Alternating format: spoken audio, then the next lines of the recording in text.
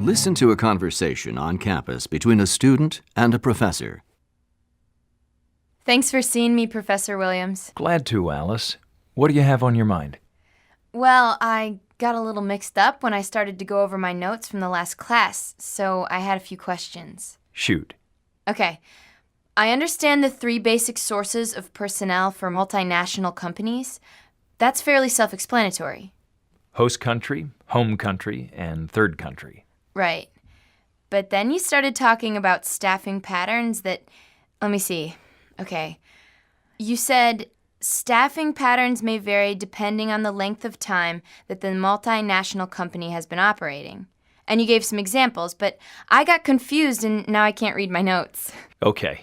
Well, one pattern is to rely on home country managers to staff the key positions when the company opens, but gradually moving more host country nationals into upper management as the company grows.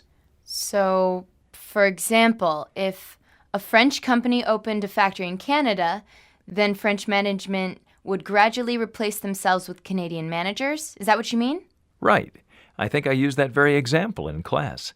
So, do you want to try to explain the second pattern to me? Sure. I think it's the one where home country nationals are put in charge of the company if it's located in a developed country, but in a developing country, then home country nationals manage the company sort of indefinitely. Right again. And an example of that would be... Maybe using German management for a Swiss company in Germany, but they might send Swiss management to provide leadership for a Swiss company in... How about Zimbabwe? This is one of the confusing parts. Zimbabwe has a very old and highly developed culture, so... But it's still defined as a developing country because of the economic base, which is being developed now. Ah, okay. I guess that makes sense. Then the example of the American company with British management, when the company's in India, that would be a third country pattern? Yes. In fact, this pattern's fairly prevalent among multinational companies in the United States. Many Scottish or English managers have been hired for top management positions at United States subsidiaries in the former British colonies, India, Jamaica, the West Indies, some parts of Africa. Okay, so I've got all the examples right now. Anything else? Just one thing.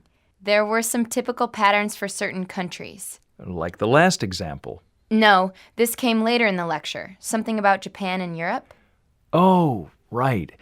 I probably said that both Japanese multinational companies and European companies tend to assign senior-level home country managers to overseas locations for their entire careers, whereas multinational companies in the United States view overseas assignments as temporary, so they may actually find themselves reporting to a senior-level manager from the host country who has more experience.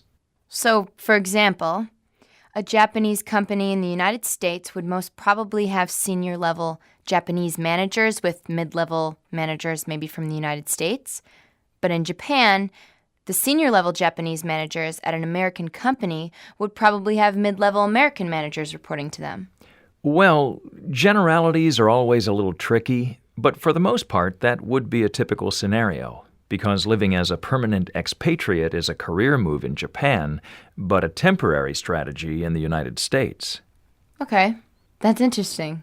And important for you to know as a business major with an interest in international business. You're still on that track, aren't you? I sure am, but, I wasn't thinking in terms of living abroad for my entire career.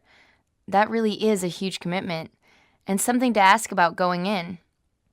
Anyway, like you say, most American companies view overseas assignments as temporary. That's more what I have in mind for myself, I mean.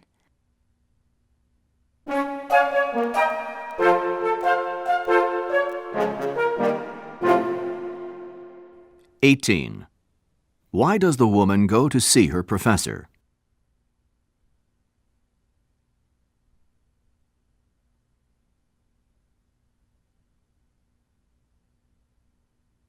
19. According to the professor, Which factor causes staffing patterns to vary?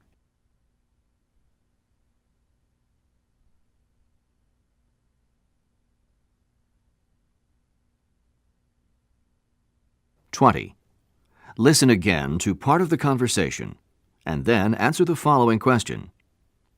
I think it's the one where home country nationals are put in charge of the company if it's located in a developed country, but in a developing country, then home country nationals manage the company sort of indefinitely.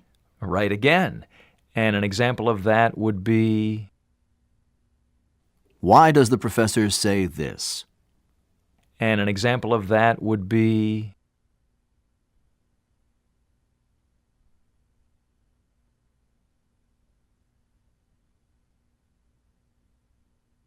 (21) Which of the following would be an example of a third country pattern?